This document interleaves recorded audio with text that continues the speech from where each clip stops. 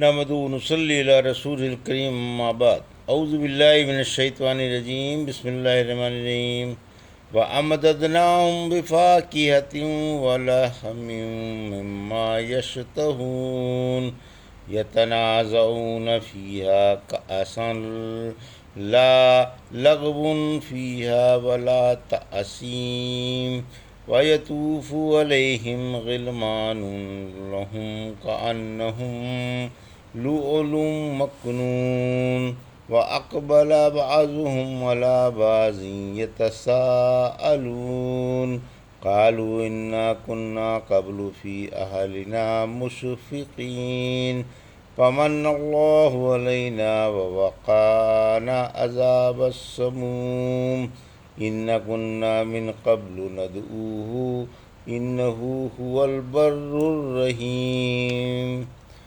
فذکر فما انت بنعمت ربک بکاہن ولا مجنون ام یقولون شاعر نتربص به ریب المنون قل تربصوا فإنی معکم من المتربصین ام تأمرهم احلامهم بهذا ام هم قوم طاغون ام یقولون تقولہ بل لا یؤمنون فلیأتوا بحدیث مثلہ ان کانوا صادقین۔ ابھی آپ نے سورۃ طور کی آیت 22 سے 32 کی تلاوت سماعت فرمائی۔ ان آیتوں کا ترجمہ اور تفسیر اس طرح ہے: وَأَمْدَدْنَاهُمْ بِفَاكِهَةٍ وَلَحْمٍ مِّمَّا يَشْتَهُونَ آیت 22۔ يَتَنَازَعُونَ فِيهَا كَأْسًا لَا لَغْوٌ فِيهَا وَلَا تَأْثِيمٌ آیت 23۔ وَيَطُوفُ عَلَيْهِمْ غِلْمَانٌ لَّهُمْ كَأَنَّهُمْ لُؤْلُؤٌ مَّكْنُونٌ آیت 24۔ وَأَقْبَلَ بَعْضُهُمْ عَلَىٰ بَعْضٍ يَتَسَاءَلُونَ آیت 25۔ قَالُوا إِنَّا كُنَّا قَبْلُ فِي أَهْلِنَا مُشْفِقِينَ آیت 26۔ فَمَنَّ اللَّهُ عَلَيْنَا وَوَقَانَا عَذَابَ السَّمُومِ آیت 27۔ إِنَّا كُنَّا مِن قَبْلُ نَدْعُوهُ إِنَّهُ هُوَ الْبَرُّ الرَّحِيمُ آیت 28۔ ترجمہ: ہم ان کے لیے میووں کی اور پسندیدہ گوشت کی ریل پیل کر دیں گے۔ یہ جنت میں ایک دوسرے سے دل لگی کے طور پر جام شراب میں چھینا جھپٹی کریں گے، جس کے کیف و سرور میں نہ تو بکواس ہوگی اور نہ کوئی بیہودہ بات ہوگی، اور ان کے آس پاس نوعمر غلام پھر رہے ہوں گے، گویا وہ چھپے ہوئے موتی ہیں، اور وہ ایک دوسرے کی طرف متوجہ ہو کر باتیں کریں گے، کہیں گے کہ اب سے پہلے ہم اپنے گھر والوں میں سہمے ہوئے تھے، آخر اللہ نے اپنا احسان فرمایا اور ہمیں سخت لو کے عذاب سے بچا لیا۔ ہم تو پہلے ہی سے اس کو پکارا کرتے تھے، بلا شبہ وہی محسن اور بڑا مہربان ہے۔ یہ تھا ترجمہ سورۃ طور کی آیت 22 سے 28 کا۔ تفسیر: آیت 22 جنتی شراب کا بیان، یعنی جنت والوں کو قسم قسم کے میوے اور نفیس و مرغوب اور لذیذ و خوش ذائقہ اور خواہش کے مطابق پاکیزہ گوشت دیا جائے گا۔ آیت 23 یعنی جنتی ایک دوسرے سے دل لگی کے طور پر جام شراب میں چھینا جھپٹی کریں گے، یعنی انہیں جنت میں لبالب جام شراب دیے جائیں گے، جسے پی کر ایک عجیب سرور کیف حاصل ہوگا، جس سرور میں نہ تو بکواس ہوگی اور نہ بیہودگی، اور نہ تو لغو کلام ہوگا اور نہ بے حیائی کی باتیں، جیسے دنیا والے شراب کے نشے میں چور ہو کر بیہودہ بکواس اور فحش باتیں کیا کرتے ہیں۔ جنت کی شراب ہر عیب سے پاک ہے۔ آیت 24 غلمان کا بیان، اس میں خلدیوں کی خدمت کاروں اور حاشیہ برداروں کی خبر دی گئی ہے کہ ان کے خدمت گزار فرما بردار و اطاعت اشعار غلام ہوں گے۔ یہ حسن و جمال میں ایسے ہوں گے جیسے تازہ سیب سے نکلا ہوا موتی۔ ان کا حسن و جمال، ان کی زیب و زینت، ان کی رونق و بہار، ان کا صاف ستھرا پن اور ان کی پوشاک کی خوبصورتی قابل دید ہوگی۔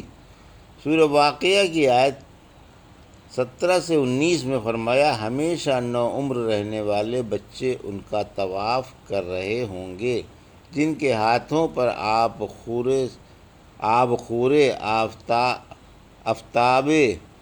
آفتابے اور صاف و شفاف شراب کے جام ہوں گے۔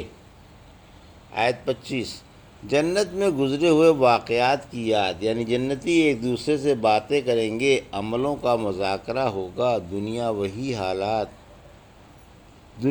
حالات کا ذکر چھیڑیں گے کہ جب ہم دنیا میں تھے تو ہمیں ہر وقت اللہ کے خوف اور اس کے عذاب کا اور اس کے غصے کا دھڑکا لگا رہتا تھا۔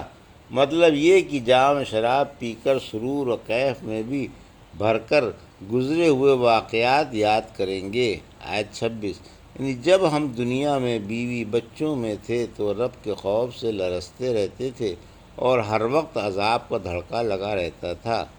آیت 27، اللہ کا ہم پر کتنا عظیم احسان ہے کہ اس نے سخت لو کے عذاب سے ہمیں بچا لیا اور خوف سے ہمیں بے خوف بنا دیا۔ آیت 28، ہم دنیا میں اللہ سے دعائیں مانگتے رہتے تھے اور اس کے سامنے گڑ گڑاتے رہتے تھے، اس نے ہماری دعائیں قبول فرما لیں، ہماری امیدیں پوری کر دیں اور ہمیں کامیاب بنا دیا۔ بلا شبہ وہ بڑا محسن اور بڑا مہربان ہے۔ عائشہ رضی اللہ عنہا نے نماز میں یہ آیت پڑھی اور دعا مانگی، اللہم من علینا وقنا عذاب السموم انکا انت البر الرحیم۔ اے اللہ ہم پر اپنا احسان فرما اور ہمیں دوزخ کی لپٹوں سے بچا، یقیناً تو ہی محسن و مہربان ہے۔ فذکر فما انت بنعمت ربک بکاہن ولا مجنون۔ آیت 29، ام یقولون شاعر نتربص بہ ریب المنون۔ آیت 30، قل تربصوا فانی معکم من المتربصین۔ آیت 31، ام تأمرهم احلامهم بہذا ام ہم قوم طاغون۔ آیت 32، ام یقولون تقولہ بل لا یؤمنون۔ آیت 33، فلیأتوا بحدیث مثلہ ان کانوا صادقین۔ آیت 34۔ ترجمہ، آپ نصیحت فرماتے رہیں رب کے فضل سے، نہ تو آپ کاہن ہیں اور نہ دیوانے۔ کیا مشرک کہتے ہیں کہ یہ ایک شاعر ہے؟ ہم اس پر زمانے کے حوادث یعنی موت کا انتظار کر رہے ہیں۔ آپ فرما دیں، اچھا منتظر رہو، میں بھی تمہارے ساتھ منتظر ہوں۔ کیا ان کی عقلیں ان کو یہی سکھاتی ہیں؟ بلکہ یہ لوگ سرکش ہیں ہی۔ کیا یہ کہتے ہیں کہ آپ نے قرآن بنا لیا ہے؟ بلکہ یہ ایمان والے ہی نہیں ہیں۔ اچھا تو اس جیسی ایک ہی بات لا کر دکھلا دیں اگر یہ سچے ہیں۔ یہ تھا ترجمہ آیت 29 سے 34 کا تفسیر۔ آیت 29، الزام جنون و کہانت بالکل جھوٹ ہے، یعنی اے پیارے نبی صلی اللہ علیہ وسلم آپ لوگوں کو سمجھاتے رہیں، فرض رسالت ادا کرتے رہیں اور قرآن سنا کر انہیں نصیحت فرماتے رہیں۔ یہ مشرک آپ کے سر جو کہانت اور دیوانگی کا الزام تھوپ رہے ہیں سراسر جھوٹ ہے۔ اللہ کے فضل سے آپ دیوانے اور کاہن نہیں ہیں۔ کاہن یعنی جس کے پاس شیطان آتا ہو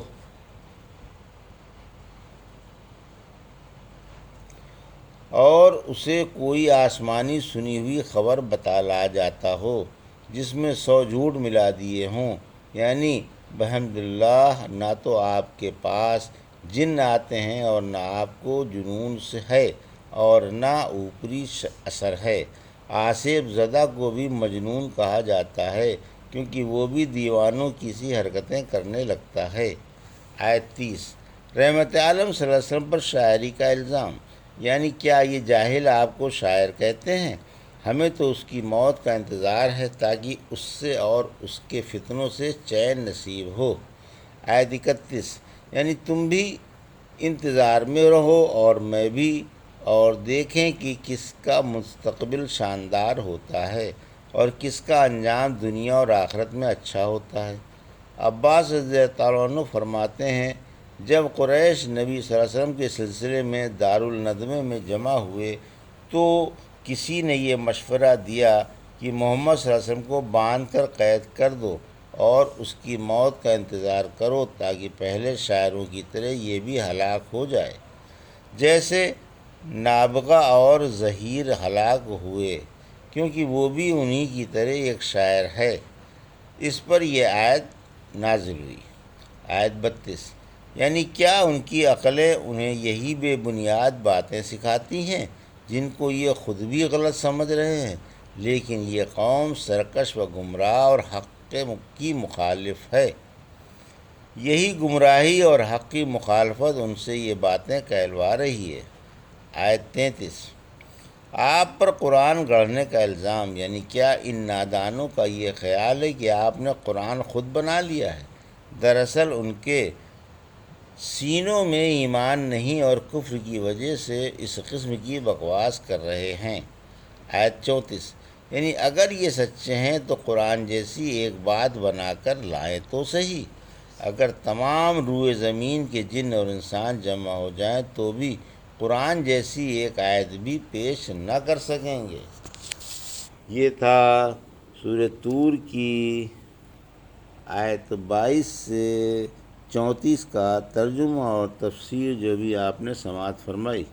بارک اللہ لی و لکم فی القرآن الحکیم ونفعنی وایاکم بآیات الذکر الحکیم۔